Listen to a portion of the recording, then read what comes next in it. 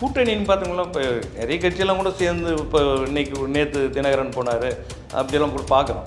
ஆனாலும் கூட திமுக கூட்டணி ஒரு பலமான கூட்டணி தான். விஜய் பார்த்து இன்னைக்கு மத்திய அரசுக்கு அவங்களுக்கு உளவுத்துறையோட அறிக்கைகள்லாம் போகும். ஆளுங்கட்சியர்கள் பிஜேபிக்கு அது தெரிஞ்சிருக்க வாய்ப்பு இருக்குது.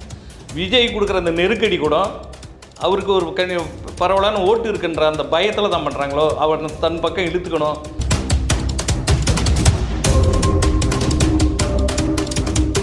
என்ன கட்சி நடத்தணும், யாரை வச்சுக்கணும், யாரை சேர்த்தணும். இன்றைக்கி நேற்று தினகரன் போய் இயல்பாக சேர்ந்துட முடியாது அந்த கூட்டணிக்கு. இவர் எதிர்த்துருக்கலாம்ல. தினகரன் தானே கடுமையாக எதிர்த்தார். இப்போ அவர் அந்த கூட்டணியில் உள்ள சேர்த்திக்கும் போது நேற்று அமைதியாக இருக்கார்.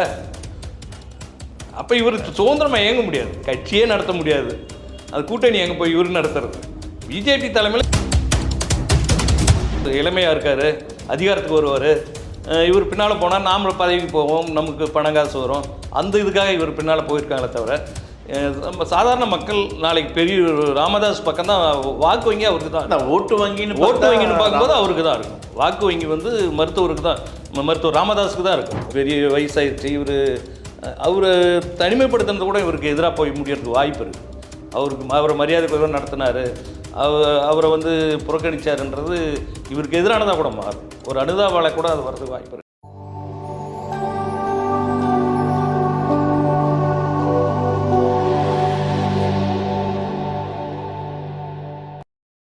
நேயர்களுக்கு வணக்கம். இன்றைய நேர்களில் நம்மோடு இணைந்திருக்கிறார் சமூக செயற்பாட்டாளர், அரசியல் விமர்சகர் திரு வேதியப்பன். சார் வணக்கம். வணக்கம். 2026 தேர்தல் இன்னும் 2 மாதம். எல்லா கட்சிகளும் சுவாரஸ்யமாக வேலை செய்கிறாங்க. கூட்டணியை பலப்படுத்துகிற இடத்துல எல்லாருமே வேலை செஞ்சுருக்காங்க. இன்றைக்கி கட்சி தாவல்கள் நிறைய நடந்துகிட்ருக்கு. திமுக பக்கமும் சரி, அதிமுக பக்கம் சரி, விஜய் பக்கமும் சரி. எப்படி பார்க்குறீங்க இதெல்லாம்? குதிரை பந்தயம் தான். இப்போ எந்த குதிரை ஜெயிக்குன்றதை பார்த்துட்டு அங்கே போன எம்எல்ஏவில் சட்டமன்ற உறுப்பினர்களாக மந்திரி ஆகலான்ற அந்த கணக்கில் ஓட்டிகிட்ருக்காங்க. மொத்தத்தில் பார்த்தீங்கன்னா இப்போ இன்றைக்கி கூட தலைநகரம் நேற்று பரபரப்பாயிடுச்சு. டிடிவி தினகரன் போயிட்டு பாரதிய ஜனதா கூட்டணியில் இணைஞ்சிருக்காரு அதிமுக. அதிமுகவும் திமுகவும் இது தினகரனும் பயங்கரமான கருத்து மோதலில் இருந்தாங்க. இப்போ ஒரு கூட்டணியில் பயணிக்கிற அளவுக்கு பாஜகவோட போயிருக்காங்க. நாளைக்கு பிரதமர் வராரு. நேற்று வைத்தியலிங்கம் போயிட்டு ஓபிஎஸ் அணியில் இருந்தவர் திமுகவில் சேர்ந்துருக்காரு. இன்னொரு பக்கம் பரபரப்பாக விஜய்கிட்ட நிறைய முன்னாள் சட்டமன்ற உறுப்பினர்கள், பொறுப்பாளர்கள் அதிமுகவில் நிறைய பேர் போயிட்டுருக்காங்க. அப்போ ஒரு பரபரப்பு தொற்றுக்கிச்சு. ஏன்னா இன்னும் 2-3 மாத தேர்தலுக்கு இருக்குது. இப்போ யார் இதில் வலிமையை காட்டுறது அப்படின்றதில் எல்லா கட்சியும் ரொம்ப முனைப்பாக தங்களுடைய இருப்பை காட்டிக்கிறத, பலத்தை காட்டணுன்றதுனால எல்லாம் நடந்துட்டு. தமிழ்நாட்டில் இப்போ எந்த கூட்டணி ரொம்ப வலிமையாக இருக்குன்னு? கூட்டணின்னு பார்த்தீங்கன்னா இப்போ நிறைய கட்சியெல்லாம் கூட சேர்ந்து இப்போ நேற்று தினகரன் போனார் அப்படியெல்லாம் கூட பார்க்குறோம். ஆனாலும் கூட திமுக கூட்டணி ஒரு பலமான கூட்டணி தான். அதை நம்ம மறுக்க முடியாது. இப்போ எந்த கூட்டணி இல்லை, அதிமுக தலைமையா இல்லை என்டிஏ பாஜக தலைமையா, அதை எப்படி பார்க்குறது? எல்லாருமே திமுக எதிர்ப்பலைகள் எல்லாம் ஒரு பக்கம் இணையும் போது திமுக வலிமை அப்படின்ற எந்த இடத்துல சொல்கிறீங்க? திமுக இப்போ எதிர்ப்பு ஓட்டுகள் வந்து நேரடியாக இப்போ பிஜேபிக்கோ அதிமுக போயிடாது. இப்போ அதுக்கான இன்னொரு ஆப்ஷனும் ஒரு வழியும் இருக்குது. விஜய், நம்ம விஜயெல்லாம் இவங்க நினைக்கிற மாதிரிலாம் குறைச்சி மதிச்சு விட முடியாது. ஏன்னா விஜய் பார்த்து இன்றைக்கி மத்திய அரசுக்கு அவங்களுக்கு உளவுத்துறையோட அறிக்கைகள்லாம் போகும். ஆளுங்கட்சியர்கள் பிஜேபிக்கு அது தெரிஞ்சிருக்க வாய்ப்பு இருக்குது. விஜய் கொடுக்குற அந்த நெருக்கடி கூட அவருக்கு ஒரு பரவலான ஓட்டு இருக்குன்ற அந்த பயத்தில் தான் பண்ணுறாங்களோ, அவர் தன் பக்கம் இழுத்துக்கணும். ஏதோ ஒரு நெருக்கடி கொடுத்து இந்த ஜனநாயகன் படம் வெளியே திரையிடாமல் தடுத்து தணிக்கையில் பிரச்சனையானது. இப்போ அவர் தொடர்ச்சியாக அவருக்கு சிபிஐ விசாரணை, அவர் சிபிஐ வளையத்துக்குள்ளே வச்சுட்டு பரவலாக இப்போ அரசியல் நோக்கர்கள் அதை தானே சொல்கிறாங்க. அவர் தேசிய ஜனநாயக கூட்டணிக்கு கொண்டு வரணும் அப்படின்ற அந்த முயற்சிக்காக தான் இந்த நெருக்கடி கொடுக்குறாங்க. அதில் உண்மை கூட இருக்கலாம். ஏன்னா விஜய் பார்த்து அவங்க ஏதோ ஒரு எதிர்பார்ப்பு இருக்குது, அச்சம் இருக்குதோ அல்லது ஒரு எதிர்பார்ப்பு ஏதோ ஒன்று இருக்குது. விஜய்க்கு கூடுற கூட்டத்தை நம்ம மற்றவங்க மாதிரி குறைச்சி மதிப்பிடுற முடியாது. செங்கோட்டையன் சொல்கிறாரு விஜய்க்கு 34% ஓட்டு இருக்குது, இன்னும் ஒரு 18-15 கிடைச்சா நாங்கள் ஆட்சி அமைச்சிருவோம், அந்த சாயலில் பேசுகிறாரு. ஆட்சி அமைக்கிறதுன்றது சாத்தியமான்ற தெரியல. ஆனால் ஒரு கணிசமான சீட்டு அதிமுக கூட அவங்க கூடுதலாக வருவாங்க. அதிமுகவுக்கு வந்து தேசிய ஜனநாயக கூட்டணியில் முன்னக்கு சொன்னீங்களே, இப்போ யார் இதில் இந்த கூட்டணி தலைமை யாருன்றதை பார்த்தோம்னா வெளிப்படையாக பார்த்தது இப்போ அதிமுக பெரிய கட்சி அந்த கூட்டணியில். அப்போ அதிமுக தலைமையில் தான் எல்லாம் நடக்கிற மாதிரி ஒரு தோற்றம் இருந்தாலும் கூட முழுக்க அந்த கூட்டணி வந்து தலைமை வந்து பாஜக தான். டெல்லி கட்டுப்பாடு டெல்லி கட்டுப்பாடு. அவன் கட்சியை நடத்த முடியாது. இவர் எங்கே போய் ஆட்சியை நடத்த போகிறாங்க? டெல்லி என்ன கட்சி நடத்தணும், யாரை வச்சுக்கணும், யாரை சேர்த்தணும். இன்றைக்கி நேற்று தினகரன் போய் இயல்பாக சேர்ந்துட முடியாது அந்த கூட்டணிக்கு. இவர் எதிர்த்துருக்கலாம்ல. தினகரன் தானே கடுமையாக எதிர்த்தார். இப்போ அவர் அந்த கூட்டணியில் உள்ள சேர்த்திக்கும் போது நேற்று அமைதியாக இருக்கார். அப்போ இவர் சுதந்திரமாக இயங்க முடியாது, கட்சியே நடத்த முடியாது. அந்த கூட்டணி எங்கே போய் இவர் நடத்துறது? பிஜேபி தலைமையில் இவர் இருக்கார், அவ்வளோ. இப்போ இப்படி பார்க்கலாமா? இந்த பக்கம் வந்து திமுக தலைமை வந்து ஸ்டாலின் கட்டுப்பாட்டில் இருக்குது, அந்த பக்கம் அதிமுகவும் சரி, டிடியும் சரி, விஜயும் சரி, ஓபிஎஸும் சரி அமித்ஷா கட்டுப்பாட்டில். அப்படி எடுத்து அமித்ஷா பாஜக அவங்க கட்டுப்பாட்டில் தான் இருக்காங்க. அதில் எந்த மாற்றமும் கிடையாது. இவங்கெல்லாம் அரசியல் அடிமைகள். அவங்க பிஜேபி எடுத்து ஒன்றும் பண்ண முடியாது. அவங்க என்ன சொல்கிறாலும் அதை கேட்டாகணும். நாளைக்கு பிஜேபி ஒரு வேளை அதிகமான சீட்டு அதிமுக வந்துட்டு பிஜேபி 4 சீட்டு வந்தாலும் நான் தான் ஆட்சி அமைப்பேன், அவங்க கேட்டு தான் ஆகணும். அந்த சூழலில் தான் இருக்கு. இவங்க போய் பிஜேபி எடுத்தாலும் இது செய்ய முடியாது. இப்போது விஜயோட அந்த நிலைமை அவர் தான் சொன்னார், உங்களுக்கு ஆட்சியில் பங்கு அதிகாரத்தில் பங்கு அப்படின்ற கட்சி துவக்கத்துலேருந்தே பேசிட்டார். ஆனால் இன்றைக்கி இன்னும் தனிமையாக தான் இருக்கார், யாருமே அவருடன் கூட்டணி வைக்கல. இல்லை, அவர் இப்போ பெரிய அரசியல் பின்னணியில் பெரிய அரசியல் தெளிவோட திடீர்னு வந்தார். இப்போ ஆரம்பத்திலே சிக்கிட்டார் சிக்கலில். இந்த கரூர் சம்பவம் மாதிரி இதிலெல்லாம் இப்போ மத்திய அரசு கட்டுப்பாட்டுக்கு அவங்க வந்து நெருக்கடி கொடுக்குற அளவுக்கு இப்போ ஒரு மன உளவியல் ரீதியாக கூட அவருக்கு ஒரு பாதிப்பு இருக்கும். இவ்வளோ பெரிய சம்பவம் நடந்து போச்சு, நம்ம வந்து ஆரம்பத்திலே இவ்வளோ சிக்கல்லாம் ஆகுது, நம்ம எப்படி முன்னெடுக்கிறதுன்றதில் அவருக்கு ஒரு சிக்கல் இருக்கும். அது இல்லாமல் தொடர்ச்சியான இப்போ இந்த விசாரணைகள், நெருக்கடிங்க இதெல்லாம் இருக்கும்போது அவருக்கு இருக்கும். ஆனாலும் கூட அவங்க இன்னை வரை கூட்டணி அது அறிவிச்சிங்கனாலும் இப்போ அவங்களுக்கும் ஒரு நம்பிக்கை வருது. பழைய மற்ற கட்சியில் இருந்த பழைய நிர்வாகிகள், முன்னாள் நிர்வாகிகள், முன்னாள் சட்டமன்ற உறுப்பினர்கள், நாடாளுமன்ற உறுப்பினர் இவங்களாம் நிறைய போகிறாங்க. அது அவங்களுக்கு ஒரு நம்பிக்கை கொடுக்கும். ஆனால் கணிசமான ஓட்டுவாங்க அவர். தமிழ்நாட்டு அரசியலில் இன்றைக்கி முக்கியமாக விஜயை தாண்டி ஒரு பார்வை இன்றைக்கி திமுக பக்கம் பார்த்துட்டு இருக்காங்க. திமுக ஒரு ஸ்டாலிடான ஒரு ஓட்டு வங்கியை வாங்கிடும், ஆட்சி அமைக்கும், அந்த எதுவுமே டவுட் இல்லை. அதில் முக்கியமாக திருமாவளவும் சரி, காங்கிரஸும் சரி ஒரு ஸ்ட்ராங்கான இதில் இருக்குது. ஆனால் ஒரு விஷயம், ஐயா ராமதாஸ் எங்கே போக போகிறாரு? ஏன்னா ஏற்கனவே அன்புமணி அதிமுகவில் இணைந்திருக்கிறார். வன்னியர் ஓட்டை யார் பிரிக்க போகிறா, எப்படி பிரிப்பாங்க அப்படின்ற ஒரு பார்வை இன்றைக்கி தமிழக மக்களால் பேசப்படுது. எப்படி பார்க்குறீங்க இதை? இல்லை, இவர் நேற்று அருள் பாமக நேற்று அவசர செயற்குழு கூட்டியிருக்காங்க தைலாபுரத்தில். அதை இப்போ முடிச்சுட்டு வந்து இவர் சேலம் சட்டமன்ற உறுப்பினர் அருள் சொல்கிறார், திருமாவளவன் வந்து ஐயாவுக்கு மகன் மாதிரி, எனக்கு அண்ணன் மாதிரி அப்படின்றார். ஏறத்தாழ அவருக்கு உறுதியாயிட்டு திமுக கூட்டணி தான். திமுக கூட்டணியில் தான் மருத்துவர் ராமதாஸ் இருப்பார். அவர் தலைமையிலான பாமக அங்கே தான் இருக்கும். இன்றைக்கி பார்த்தீங்களா, அன்புமணிக்கும் பெரியவருக்கும் ஒரு வித்தியாசம் இருக்குது. அவர் ஒரு போராட்ட காலத்துலேருந்து வந்தவர். இந்த இடஒதுக்கீடு போராட்டம் இருக்கு பாருங்க, அது அந்த 27% மிகவும் பிற்படுத்தப்பட்டவருக்கு 27%ன்றது ஒரு பெரிய போராட்டத்துக்கு பிறகு இந்த வன்னி மக்கள் மத்தியில் அந்த அவருக்கான அந்த இடம் இருக்குது. இவர் கொஞ்சம் பேர் இப்போ இவர் வந்து இளமையாக இருக்கார், அதிகாரத்துக்கு வருவார். இவர் பின்னால் போனால் நாம் பதவிக்கு போவோம், நமக்கு பணம் காசு வரும், அந்த இதுக்காக இவர் பின்னால் போயிருக்காங்களே தவிர நம்ம சாதாரண மக்கள் நாளைக்கு பெரிய ராமதாஸ் பக்கம் தான் வாக்கு வங்கி அவருக்கு தான். ஓட்டு வங்கின்னு பார்க்கும்போது அவருக்கு தான் இருக்கும். வாக்கு வங்கி வந்து மருத்துவருக்கு தான், மருத்துவர் ராமதாஸுக்கு தான் இருக்கும், பெரியவருக்கு தான் இருக்கும். இவர் வன்னியர்கள் அந்த வாக்கு பொறுத்தவரை அன்புமணியும் சாதாரணமாக இடம் போடல, அவரையும் இப்படி தான் பார்க்குறாங்க. அதாவது 2 கண்ணா பார்க்குறாங்க. இப்போ ராமதாஸ் ஐயாவும் சரி, அன்புமணியும் சரி 2 கண்ணாக தான் பார்க்குறாங்க. இதில் எந்த மாற்று கருத்தும் இல்லை. ஆனால் இன்றைக்கி வாக்கு வங்கின்னு பிரியும் போது எந்த பக்கம் போகிறதுன்னு ஒரு பெரிய சந்தேகம் இருக்குல்ல? சந்தேகம் இருக்குது. ஆனால் இந்த இதில் பாருங்கள், திமுகவும் வன்னியர் ஓட்டு வங்கி வச்சுருக்கு, அதிமுகவும் வன்னியர் ஓட்டு வங்கி வச்சுருக்கு. இதெல்லாம் ஒரு பெரிய பிளவு தானே படுது. இல்லை, பலவீனம் தான். அது பாமகவுக்கு பலவீனம் தான், அதில் மாற்று கருத்து இல்லை. ஆனாலும் கூட கொஞ்சம் கூடுதலான வாக்குகளை வந்து மருத்துவர் தான் வாங்குவார். அந்த இடஒதுக்கீட்டு போகிறோம்ல, நம்ம அந்த 27% இடஒதுக்கீடு இருந்தது பாருங்கள், அது அப்படி நம்ம பார்த்துட முடியாது. அது பெரிய தியாகத்தின் மேலே அவருடைய அந்த போராட்டம் தான் அது. அது அந்த வன்னியர் மக்கள் எனக்கு எவ்வளோ பலன் அடைஞ்சிருக்காங்க. கடந்த கால வரலாறு வந்து வேறு யாருமே செய்யாத ஒரு போராட்டம். இடஒதுக்கீடு வாங்கினதுன்றது இவர் தான், மருத்துவர் தான், ராமதாஸ் அவர்கள் தான். அதனால் அந்த மக்கள் மத்தியில் ஒரு இது இருக்குது. அதெல்லாம் கூடுதலாகவே நீங்கள் தேர்தல் ஒன்றா நெருங்கும் போதெல்லாம் அவருடைய அனுதாபன்றது ஒன்று வரும். இல்லை, சில பேர் வந்து வயசாகிடுச்சு பையனுக்கு விட்டுட்டு ஒதுங்கி போகணும் அப்படின்ற ஒரு பார்வையில் பார்க்குறாங்களா? அதை எப்படி பார்க்குறது? இல்லை, அது அவரோட இருக்கிறவங்க கட்டமைக்கிற ஒரு பிம்பம் அது. ஆனால் இயல்பாகவே நீங்கள் வன்னியர் ஓட்டு வந்து மருத்துவர் பெரியவருக்கு தான் இருக்குது. அவர் தான் அதிகமான ஓட்டுவாங்க. இவருக்கு நம்ம ஒன்றும் குறைச்ச மதிப்பில்லை, ஓட்டுவாங்க. இப்போ அவர் கொஞ்சம் வேகமாக இருக்கிறாரு. 17 சீட்டு பேசியிருக்காங்க, அது பெரிய இலக்கு தானே அதிமுகவில். ஆமாம், அன்புமணிக்கு 17 சீட்டு பேசியிருக்காங்க, ஒரு ராஜ்யசபா சீட்டு வேறு, அது பெரிய இலக்கு இல்லை. அது அவருக்கு ராஜ்யசபா ஆகணும், மத்தியில் அவங்க ஆட்சிக்கு வந்து மந்திரி ஆகணும், அவ்வளோதான் அவருக்கு. வன்னி மக்களை பற்றிலாம் கிடையாது. ஆனால் இவர் இந்த இடஒதுக்கீட்டு போராட்டம் இவரெல்லாம் அரசியல் உள்ளே வராத்துக்கு முன்னே நடந்த இது இல்லைங்க. அதெல்லாம் யாருமே எந்த சமூகத்துக்கும் எந்த தலைவரும் அந்த மாதிரி செய்யலை. ஒரு தராசா பார்த்தோம்னா ராமதாஸ் ஐயா பக்கம் தான் இறங்கியிருக்குன்றீங்க. ராமதாஸ் ஐயாவுக்கு தான் ஓட்டு வருங்க. இன்னும் நீங்கள் தேர்தல் நெருங்கெல்லாம் பார்த்தீங்களா அவர் மேலே ஒரு அனுதாபம் வரும்.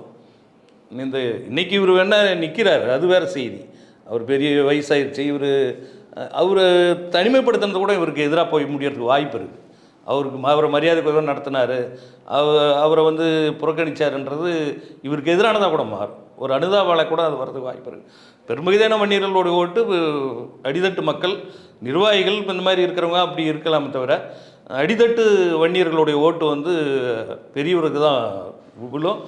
அவர் இருக்கிற இடத்துல கொஞ்சம் அவருக்கு மரியாதை கிடைக்கும். இப்போ திமுக பக்கம் என்ன சொல்கிறாங்க? ராமதாஸ் யார்த்தாலும் முடிஞ்ச மாதிரி தான் தெரியுதுங்க. இப்போ நேற்று நிகழ்வுலாம் திருமாவளவன் வந்து ஒத்துக்கிட்டார், வேறு வழி இல்லை, அவரும் ஒத்து தான் ஆகணும்.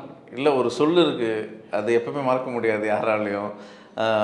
பாஜக, அதாவது மதவாத சக்திகளும் சரி, பாமக அங்கே இருக்கிற மதவாத சாதிவாத இருக்க மாட்டாரு அப்படின்ற ஒரு தேர்தல் அரசியல் அதெல்லாம் பார்க்க முடியாதுங்க. தேர்தல் அரசியல் நம்ம எதிர்பார்க்க முடியாது. அது அவர் அப்போ சொல்லிட்டாரு, ஆனால் இன்னைக்கு இப்போ மறுக்கலையே. இப்போ ராமதாஸ் வர்றது அவர் இருந்தால் நாங்கள் வெளியே வரோன்ற ஒரு அறிக்கை வரலையே அவர்கிட்ட இருந்து. தேர்தல் அரசியல் அவ்வளோ கராரெல்லாம் இருக்க முடியாது. இவர் வேறத்தால் டிக்ளேர் பண்ண மாதிரி தான். திமுக கூட்டணியில் பாமக இவர் ஐயா ராமதாஸ் தலைமையிலான பாமக இப்போ இணைஞ்ச முடிவான மாதிரி தான். அது நேற்று அந்த செயற்குழு முடிஞ்சு வந்து அவங்க கொடுக்குற பேட்டிகள்லாம் அதை தான் காட்டுது. திரும்ப வந்து ஐயாவுக்கு மகன் மாதிரி, எனக்கு அண்ணன் மாதிரி அருள் சொல்கிறதெல்லாம் ஏறத்தாழ அவங்க முடிஞ்ச மாதிரி தான். தேர்தல் அரசியல் நம்ம அவ்வளோ இதெல்லாம் கொள்கை கொள்கையெல்லாம் பார்க்க முடியாது. இப்போ அன்றைக்கி பேசுறது இன்றைக்கி பேசலைன்றதெல்லாம் பார்க்க முடியாது. நான் வேறு வழி இல்லை. இன்றைக்கி அதே மதவாத சக்தியை வீழ்த்தணுன்னா இவங்களோட நிற்கணுன்ற நிர்பந்தமும் இருக்குல்ல. அதனால் ஒரு அவ்வளோ ஆழமெல்லாம் இதில் போக முடியாது. பெரிய முரண்கள் இல்லை. ஆளுமைகள் இருக்காங்களா பாமகவில்? இன்றைக்கி வந்து அன்புமணி பக்கம்தான் அந்த ஆளுமைகள், அதாவது தலைவராக பாமகவின் தலைவராக பார்க்க முகங்கள் இருக்குல்ல, அது அன்புமணிகிட்ட தான் இருக்காங்க. இப்போ ஐயா ராமதாஸ் வந்து இப்போ ஆட்களை இப்போ 5 சீட்டு திமுக கொடுத்தாலும் வந்து அந்த ஆட்களை தேடுற வேட்டையில் இருப்பார் இல்லையா? இல்லை, ஆட்கள் இருக்காங்க. இப்போ ராமதாஸ் ஐயா சொன்னால் அந்த சமூகத்தில் அவருக்குன்ட்டு ஒரு இது இருக்கு இல்லைங்க. அப்போ புதுவாக ஒருத்தரை சொன்னால் கூட அவர் தலைவராக ஏற்றுக்கொள்ளப்படுறவராக தான் இருப்பார். அவர் கூட எல்லாம் இருக்காங்களா? இப்போ எல்லாருமே இவர் கூட போயிடல. சில மாவட்டங்களில் அவருக்கு சக்தியாக வந்த நிர்வாகிகள் புறம் போயிருக்காங்க, நிறைய பெரும்பான்மையான நிர்வாகிகள் போயிருக்காங்க. இவர் கூட நிற்கிறாங்க எல்லாருமே. அதனால் அது இன்றைக்கி இருக்கிற இந்த தோற்றத்தை வச்சு நம்ம சொல்ல முடியும். அதெல்லாம் அவங்க பாஜக தலைமையில் இருக்கிற கூட்டணியில் இருக்கிறது உண்மையில் அவங்களுக்கு ஒரு இழப்பு தான். இந்த கட்சிகள்லாம் சேர்ந்து இங்கே பிஜேபியை ஒரு சக்தியாக காட்டுறதுக்கான முயற்சியாக தான் பார்க்கணுமே தவிர அவங்க வெற்றி பெற்று ஆட்சிக்கு வந்துடுவாங்கன்றலாம் நம்ம பார்க்கவே முடியாது. இது அதிமுகவுக்கு லாபம் கிடையாது. பாஜக வந்து அந்த கூட்டணியில் இருக்கிறதுனால அதிமுகவுக்கு எந்த பயனும் கிடையாது. பாரதிய ஜனதா எவ்வளோ தொகுதிகளில் வெற்றி பெற போகிறாங்கன்றது ரெண்டாவது. வாக்கு வங்கி அவங்க உயர்த்தி காட்ட போகிறாங்க.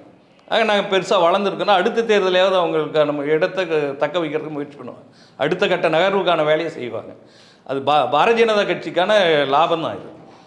இவங்க கணக்கு போடுறது இவங்களுக்கு பலவீனம் தான். இவங்க வந்து இதை பலவீனமாக தான் பார்க்கணும். இப்போ எவ்வளோ ஓட் ஷேரிங் எவ்வளோ பிரியும்னு நினைக்கிறீங்க? இப்போ திமுகவுக்கும் எவ்வளோ கிடைக்கும், என்டிஏ கூட்டணி அதிமுக எவ்வளோ கிடைக்கும்? இல்லை, அவ்வளோ நம்ம இவங்க நிறைய திமுக தரப்புலேருந்து வேலை நடந்துகிட்ருக்கு. ஃபீல்டு ஒர்க்கு கீழே செஞ்சிட்ருக்காங்க. இப்போ இருந்தே ஏறத்தாழ ஒரு 2 மாதத்துக்கு முன்னே இருந்து எல்லா வகையிலான வேலையும் நடந்துகிட்ருக்கு. அதனால் கூட்டணி கட்சிகள் பலமாக இருக்காங்க. இது ஒரு ஐடியாலஜிக்காகவும் பார்க்கணும், நம்ம ஒரு கருத்தியல் சார்ந்த விஷயமாகவும் பார்க்கணும். தமிழ்நாட்டை பொறுத்தவரையும் பாரதிய ஜனதாவை கால் ஒன்று விட மாட்டாங்க, அதில் மக்கள் தெளிவாக இருக்காங்க. அது அதிமுகவில் இருக்கிறவங்களே இன்றைக்கி பாரதிய ஜனதா கூட்டணின்றதை ஏற்றுக்காத ஒரு மனநிலையில் உள்ள பெரும்பான்மை மக்கள் தொண்டர்கள் இருக்காங்க. அதனால் இப்போ அந்த இது இங்கே எடுபடாது. இயல்பாகவே இந்த தமிழ்நாட்டு மண்ணுக்குன்ட்டு ஒரு தன்மை இருக்குது. இங்கே அந்த அரசியல் எடுபடுறதுக்கு வாய்ப்பு குறைவு. அது அதிமுகவும் நட்டம் தான். பாரதிய ஜனதா லாபம் அடையும். குறிப்பிட்ட கணிசமான சீட்டு நிற்க போகிறாங்க. அவங்க வாக்கு வங்கி உயர்த்தி காட்ட போகிறாங்க. இப்போ அதிமுக இவங்க இப்போ டிடிவியும் அதிமுக எல்லாம் ஒன்றா தான் ஒன்றா ஆயிட்ட மாதிரி தான் ஆகிப்போச்சு. அப்போ அதிமுக ஓட்டு, பாமக ஓட்டு, இப்போ மற்ற கட்சிகள் இப்போ இவங்க தேமுதிகவில் எங்கே இருக்காங்க, யார் கூப்பிடலன்னு புலம்புறாங்க. அந்த அம்மா வெளிப்படையாக சொல்கிறாங்க. அவ்வளோ நிலைமை மோசமாக போயிட்டுருக்கு. அதனால் திமுகவுக்கு பிரகாசமாக இருக்குது வாய்ப்பு. மீண்டும் திமுக வெற்றி பெறுவதற்கான எல்லா வழிகளும் திறந்து வைக்கப்பட்டிருக்கு. இப்போ திமுக எதிர்ப்போட்டு முன்ன கூட சொன்னீங்க நீங்கள், விஜய் இவங்களுக்கு அதிமுக போகுன்ட்டு.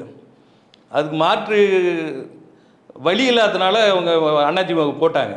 இப்போ மாற்று வழி இருக்குது, விஜய்க்கு போட போகிறாங்க. இல்லை, மக்கள் யாருக்கு ஃபேவராக இருக்கிறதா பார்க்குறீங்க? ஒரு நீங்கள் பல இடங்கள்லாம் போகிறீங்க, மக்களோட பேச்சு, மக்களோட அந்த சிந்தனை யார் பக்கம் சாயலாம், யாருக்கு ஓட்டு போடலாம் அப்படின்ற ஒரு சாயல் இருக்குது. திமுக அரசு மேலே சில செயல்பாடுகளில் சில குறைகள் சொல்கிறாங்க, மக்கள் சொல்கிறதுக்கு கேள்விப்படுறோம்.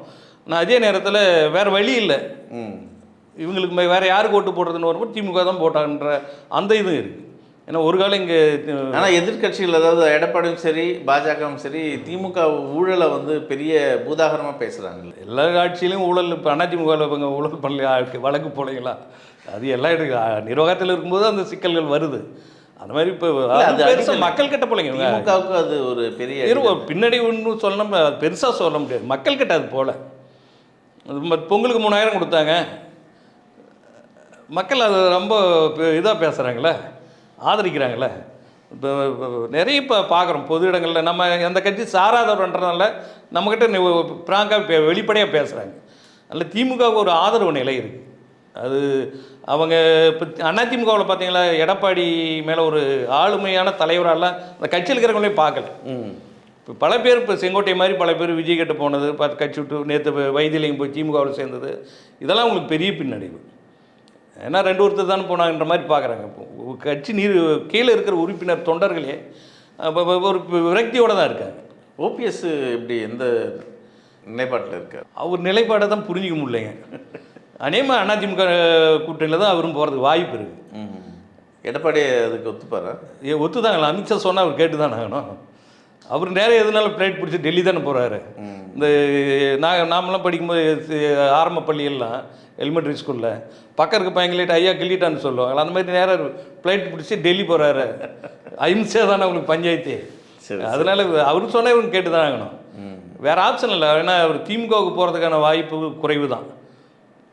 திமுகவும் மற்ற இப்போ கூட்டணி கூட அவர் போகிறதுக்கு வாய்ப்பு. ஏன்னா வைத்தியலிங்கம் எல்லாம் போயிருக்க மாட்டார். நேரடியாக அவர் திமுகவுக்கு போகிறதுக்கு அது ஒரு காரணம். இவர் அங்கே கூட்டணிக்கு போகிற மாதிரி இருந்தால் கூட இவரோட இருந்துருக்கிறதுக்கு வாய்ப்பு இருக்குது. இப்போ திமுகவில் இணையிறாரு. அப்போ அந்த ரூட் கிளியர்னு தான் அர்த்தம்.